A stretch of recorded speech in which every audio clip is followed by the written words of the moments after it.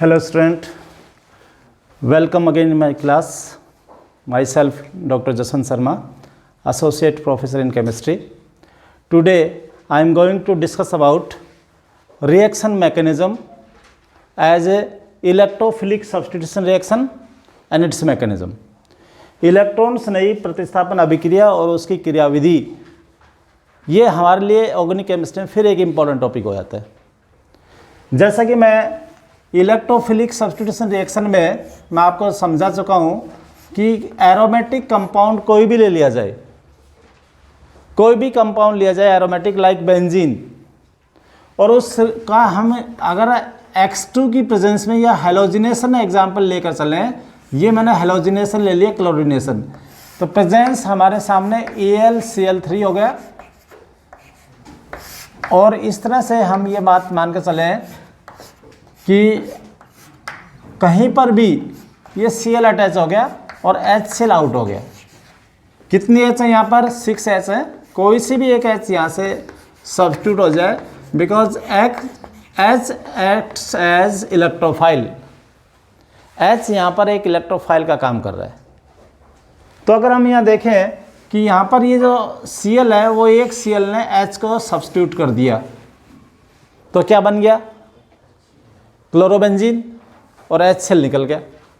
तो ये होने को हम कहें कि ये this is electrophilic substitution reaction, this is electrophilic substitution reaction, example of electrophilic substitution reaction. अब ये कहे कि यहाँ पर ये जो रिएक्शन हुई ये तो बेंजीन हुई, क्या हम इसको इस तरह से भी समझ सकते हैं क्या? देखें ज़रा, अगर बाय द वे हमने क्लोरोबेंजीन पहले से ले लिया हो,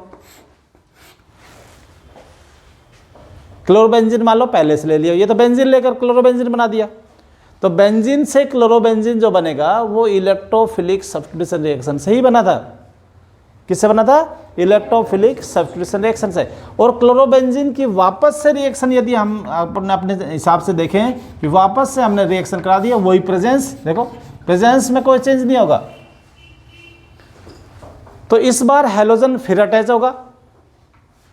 तो हेलोजन अटैच करने के लिए ये हाइड्रोजन बचे तो हैं भाई, ये कोई प्रॉब्लम थोड़ी कर रहा है ये X, ये तो और भी तो है 5, फिर वापस से ये यहाँ आ जाए, ये यहाँ चला जाए। अब समझने वाली बात ये भी है कि पांचों में से कौन सी हाइड्रोजन सब्स्टिट्यूट होगी, वो डिपेंड करता है पहले ग्रुप पर। यहाँ पर ये 6 के 6 हाइड्रोजन एक जैसी हैं, एक बात समझने की है, यहाँ ये 6 की 6 हाइड्रोजन एक जैसी हैं, कोई सी भी हाइड्रोजन हटकर Cl अटैच हो सकता है, लेकिन यहाँ पर थोड़ा सा डिफरेंस हो गया है, जिसको बोलते हैं ओरिएंटेशन, कि यहाँ पर पहले से ही कोई ग्रुप अटैच हो तो अब इन पांचों की पांचों हाइड्रोजन को हम एक जैसे नहीं मानेंगे। ये बात समझने की, ध्यान रख ले। तो पांचों में से कौन सी हाइड्रोजन निकलेगी? या तो ये निकल सकती है, ये निकल सकती है, ये निकल सकती है। ये मैंने कैसे डिसाइड कर लिया? इसी को कहते हैं ओरिएंटेशन। देखो आप समझने की बात आ गई नहीं?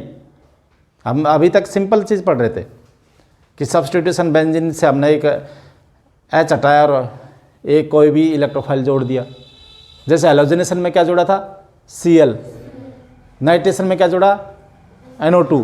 सल्फोनेशन में क्या जोड़ा? Like this.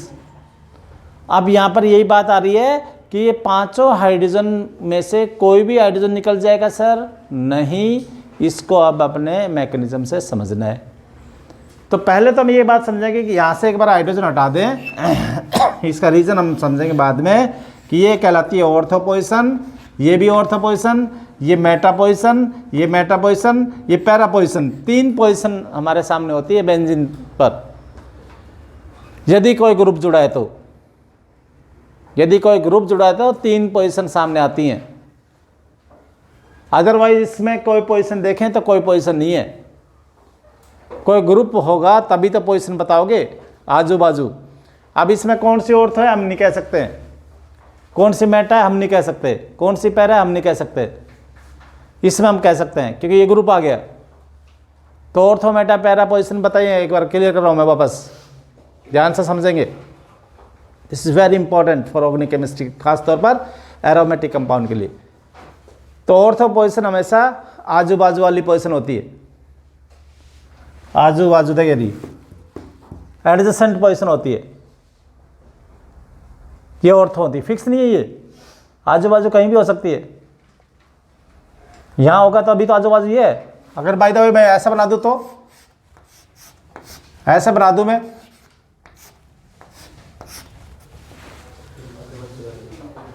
तो ये सीएल कौन सी पोजीशन पर है? सीएल की कोई पोजीशन नहीं है। सीएल कौन सी पोजीशन पर है? ऐसा लगता है कि ऑर्थो पोजीशन पर है। हमने रट रखा ना, ये वाली पोजीशन फिक्स कर रखी दिमाग में कि इसको हम ऑर्थो कहते हैं। नहीं, इसको ऑर्थो नहीं कहते। जो ग्रुप है उसके आजू बाजू वाली पोजीशन, तो ये है पोजीशन, ये पोजीशन ऑर्थो। अब ऐसा नहीं होता कि एक जगह फिक्स हो गया, वो गलत फहमी में रहते हैं अपन।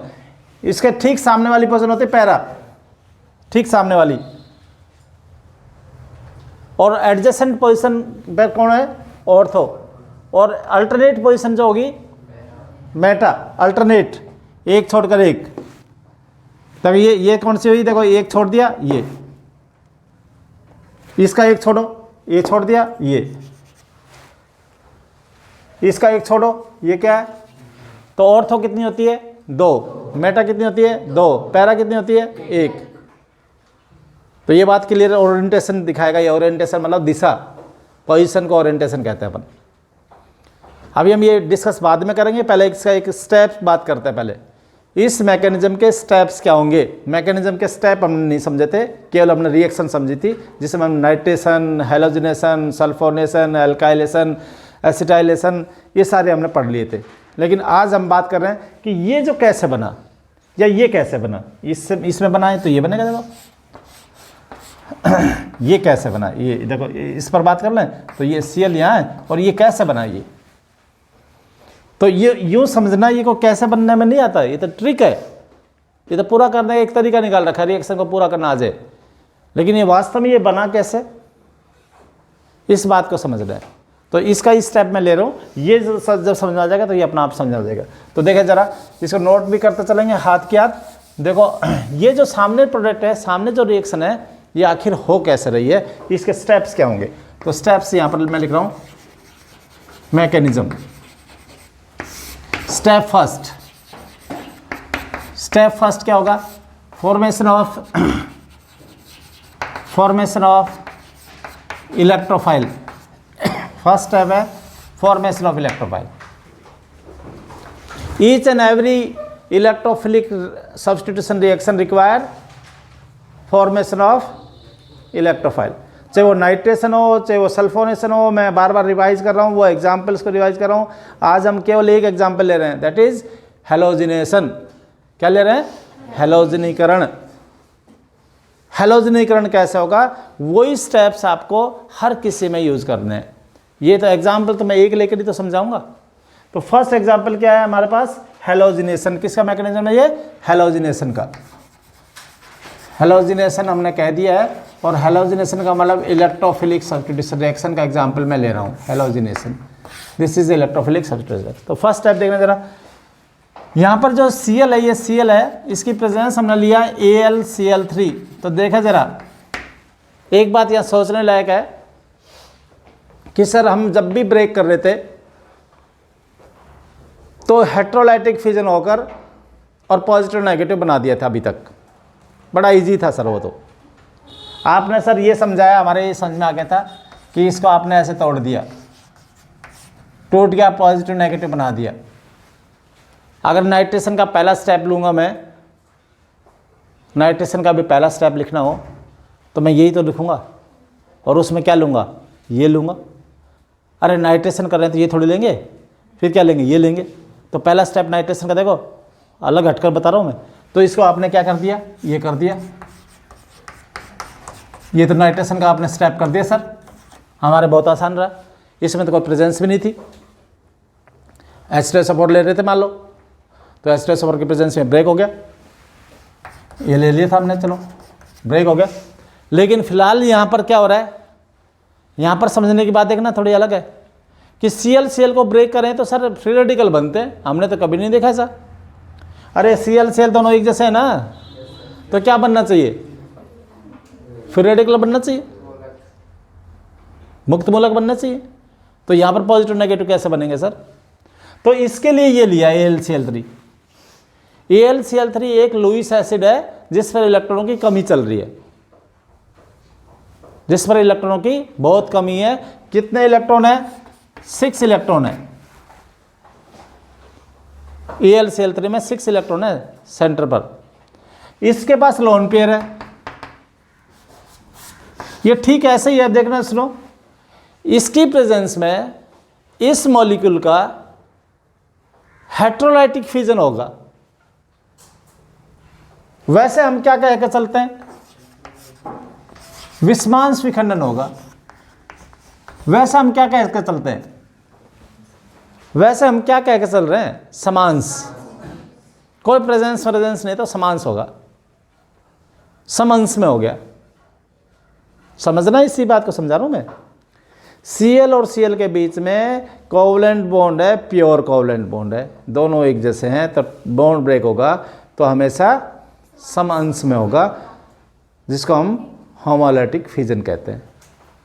लेकिन सर हमारे होमोलैटिकल फ्यूजन से तो फिर रेडिकल बनते हैं, हमें चाहिए इलेक्ट्रोफाइल। क्योंकि पढ़ क्या रहे हैं? Electrophilic substitution reaction. तो इससे इलेक्ट्रोफाइल कैसे बने, ये मजबूती से समझा रहा हूं बस मैं।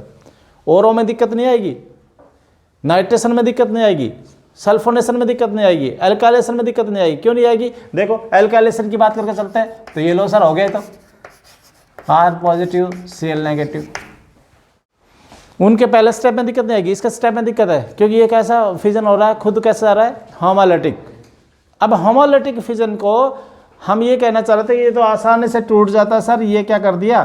तो अब ये ध्यान दें, जब दो भाइयों के बीच, दोनों भाई एक जैसे हैं और जब वो साझा टूटे, एग्जैक्ट यदि दो ब्रदर हैं, नेचर सेम है, तो वो अलग हो जाएंगे, समान रूप से हो जाएंगे ना। और कई बार तुमने नोटिस किया होगा कि दो भाइयों के बीच कई बार असमान वियोजन होता है झगड़े की वजह से। और झगड़ा उत्पन्न कौन करता है? पड़ोसी। क्या अर्थ है? बस तूने ऐसे ही इसको ये बहकाता है, और इसको बहकाने के लिए क्या किया? इसको अपने तरफ अट्रैक्ट कर लिया। कमी तो इसकी ये है, इलेक्ट्रॉन यहाँ पर समझना, हम केमिस्ट्री की बात करेंगे, हम बायो को छोड़ दो। यहाँ पर इलेक्ट्रॉनों की चल रही थी कमी, इसने अपना स्वार्थ देख लिया कि Cl को मैं बुला लेता हूँ, इसके पास खूब लोन पेयर हैं, खूब धन है, खूब इलेक्ट्रॉन है, और अपनी तरफ अट्रैक्ट कर लिया। अपनी तरफ जैसे अट्रैक्ट किया तो इसके इलेक्ट्रॉन इधर की तरफ झुक गए। अब ये समान विखंडन नहीं हो रहा, तो इसने तो इसको ले लिया और ये क्या बन गया? Cl4 नेगेटिव, और ये Cl बन गया पॉजिटिव। कौन सा Cl बन गया पॉजिटिव? ये वाला Cl बन गया पॉजिटिव, क्योंकि इसने इसको लिया, वजह कमी इसकी, इलेक्ट्रॉनों की कमी की वजह से इसने इसको ले लिया। जैसे इसने इसको लिया तो इसके पास क्या होगी? इलेक्ट्रॉनों की कमी, और कमी होने का मतलब पॉजिटिव बन गया, तो ये बन गया इलेक्ट्रोफाइल। तो समझ में आया कि इलेक्ट्रोफाइल कैसे बना भाई? तो यहां पर ये पहला स्टेप बहुत अच्छे से क्लियर होना चाहिए, खास तौर पर हैलोजिनेशन में,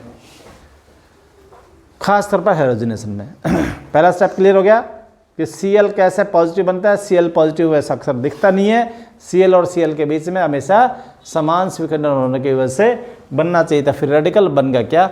नोट नहीं कर रहे कई स्टूडेंट, कहीं का ध्यान ही नहीं है। सेकंड स्टेप, स्टेप सेकंड हम कहेंगे अटैक ऑफ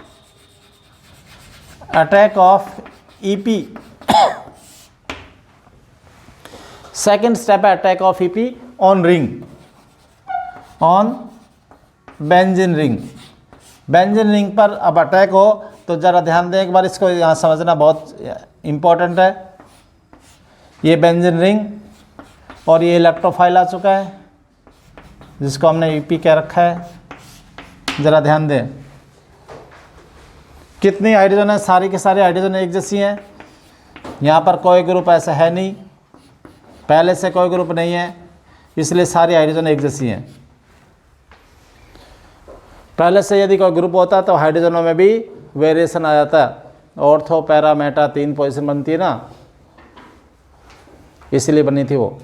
तो ज़रा ध्यान दें, इनमें से कोई भी यदि हाइड्रोजन सब्स्टिट्यूट करनी हो, ईमानदारी से यहाँ पर समझना है आपको। यदि मान लो यहाँ से ये हाइड्रोजन अलग करनी है कि ये करनी है, ये आपको समझना है। बताओ कौन सी हाइड्रोजन हटानी है आपको, ये वाली हटानी है? तो ध्यान दें एक बार के लिए, यदि इस हाइड्रोजन को यदि हटाना चाह रहे हैं, या इसको हटाना चाह रहे हैं, या इसको हटाना चाह रहे हैं, जिसको भी हटाना चाह रहे हैं, उधर पाई बॉन्ड का शिफ्ट कर दो, पाई बॉन्ड को उधर शिफ्ट कर दो। जैसे ही पाई बॉन्ड शिफ्ट होंगे तो वहां पर कैसा चार्ज आ गया? नेगेटिव। तो नेगेटिव के साथ कौन जुड़ जाएगा? पॉजिटिव। तो देखो यदि इस तरह से मैंने अगर किया है कि इस बॉन्ड को इधर शिफ्ट कर दिया तो H और ये पॉजिटिव यहाँ पर जुड़ गया, और यहाँ पर कैसा आ गया? पॉजिटिव। ये बात समझनी, वापस बोल रहा हूँ। देखो पाई बॉन्ड इधर से इधर शिफ्ट किया, इधर से इधर शिफ्ट किया, तो यहाँ पर कैसा आएगा? पॉजिटिव। यहाँ पर कैसा आएगा? नेगेटिव। यहाँ पर कैसा आया? पॉजिटिव। यहाँ पर कैसा आया? नेगेटिव। नेगेटिव पर कौन जुड़ गया? Cl। नेगेटिव पर कौन जुड़ गया? Cl। तो ये एरो नोटेशन बहुत इंपॉर्टेंट है, ये एरो नोटेशन आपको समझ में आनी चाहिए। इस तरह से क्या बना? ये बन गया। क्लियर? अब इसके बनेंगे 3 स्ट्रक्चर। 3 स्ट्रक्चर इंपॉर्टेंट होंगे। देखो ये बॉन्ड अब इधर आ जाए, आ सकता ना इधर? ये पाई बॉन्ड इधर आ सकता ना? क्यों आएगा? पॉजिटिव को देखकर, पॉजिटिव को देखकर ये टूट गया तो किधर आया? इधर। तो अब मुझे बताओ यहाँ पर क्या बना? Double bond. जहाँ बना है वहीं बना दो बस, बाकी तो कोई चेंज नहीं हुआ। देखो ये बॉन्ड इधर आ गया, पक्की बात है। यहाँ कैसा बॉन्ड रह गया होगा? सिंगल। और यहाँ पर कैसा बन गया? डबल। और बाकी चीज़ हमने छेड़ी नहीं है, और बाकी हमने टच नहीं किया। और यहाँ पर कैसा चार्ज कर दूँ? पॉजिटिव। एक और बन जाएगी स्ट्रक्चर, एक स्ट्रक्चर और बन सकती है ऐसे। देखो ये बॉन्ड क्या आएगा? यहाँ। और ये स्ट्रक्चर क्या बन गया? अब देखना जरा, ये बॉन्ड यहाँ शिफ्ट हुआ, ये यहाँ शिफ्ट हुआ, ये H और ये Cl और पॉजिटिव चार्ज यहाँ आ गया। तो ये 1 2 3 रेजोनेंस स्ट्रक्चर बनती है, और इन तीनों का जो कॉमन स्ट्रक्चर आता है वो कहलाता है रेजोनेंस हाइब्रिड। तीनों स्ट्रक्चर को यदि एक स्ट्रक्चर से दिखाया जाए तो उसको कहते हैं अनुनाद संकर। रेजोनेंस हाइब्रिड क्या होता है? कोई पूछे आपसे, रेजोनेंस हाइब्रिड तीनों स्ट्रक्चर को 1 2 3 को एक स्ट्रक्चर से जब दिखाया जाता है तो उस स्ट्रक्चर का नाम रेजोनेंस हाइब्रिड कहते हैं, अनुनाद संकर कहते हैं। तो लास्ट स्ट्रक्चर वो बना, और ये होगा फाइनल स्टेप, स्टेप नंबर 3। ध्यान से सुने, step 3, formation of and product. Formation of and product लिख लें जल्दी सी। अंतिम उत्पाद का निर्माण, फॉर्मेशन ऑफ एंड प्रोडक्ट, अंतिम उत्पाद का निर्माण। अंतिम उत्पाद उसी से बनेगा। इस स्टेप को देखो, मैं यहां पर आप नीचे अलग से लिख सकते हैं, अलग से लिख सकते हैं, बिल्कुल अलग से लिखना है। तो मैं क्या लूंगा? ये लूंगा इधर, लास्ट वाला यहां लूंगा। तो ये मान लिया जाए मैं ले लिया, और मैं यहां समझा रहा हूं, जगह नहीं है नीचे। क्लियर हो रहा है? 3rd स्टेप ये, स्टेप 3rd को मैं यहां समझा रहा हूं। लिख दिया आपने स्टेप 3rd, उसको इधर बना लो, बना दिया। अब क्या करेंगे? देखो अंतिम उत्पाद में यहां पर वही प्रेजेंट स्टेप 3rd जो ले रहे हैं वो AlCl4 वापस से आता है। AlCl4 है, ये बना था, यहां बना था ना AlCl4, ये जो AlCl4 बना था यहां पर, वही यहां पर वापस आता है और इस H को अट्रैक्ट कर लेता है, इस H को ले लेता है। कैसा है? H पॉजिटिव, और AlCl4 कैसा है? नेगेटिव। नेगेटिव किसको ले लेता है? H को। तो दोनों मिलकर क्या बन जाएंगे, दोनों मिलकर जो बनेंगे वो बनाते रहेंगे। ये H यहाँ से हट गया, कितने इलेक्ट्रॉन फ्री हुए, 2, दोनों इलेक्ट्रॉन कहाँ गए, यहाँ पर।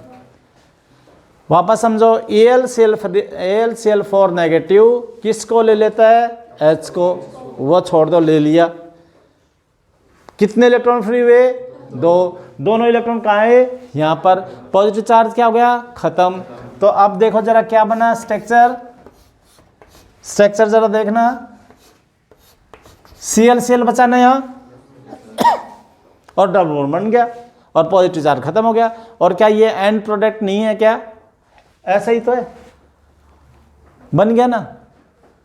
तो इसी को मैकेनिज्म कहते हैं। सर AlCl4 क्या करेगा, AlCl4 ने कौन क्या ले लिया, H पॉजिटिव को ले लिया और क्या बन गया वापस से AlCl3 और HCl बन गया।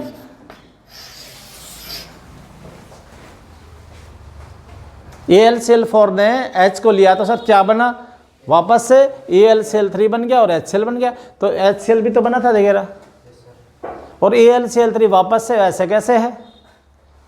AlCl3 का पूरी रिएक्शन में कुछ बिगड़ा क्या, नहीं। तो इसलिए इसको क्या कहते हैं, कैटलिस्ट। कैटलिस्ट क्या होते हैं, जिनका खुद का कुछ नहीं बिगड़े और वास्तव में देख लो ऐसे कैसे आ गया वापस से और बिड़ा कर आ गया, पूरी रिएक्शन करा दी। कैटलिस्ट बोलते हैं, उत्प्रेरक बोलते हैं। बात समझ आ गई। तो ये these are the important 3 steps of electrophilic substitution reaction. I think सबको समझ में आ गया होगा। तो ये पॉइंट यहीं पर क्लियर करेंगे। Thank you.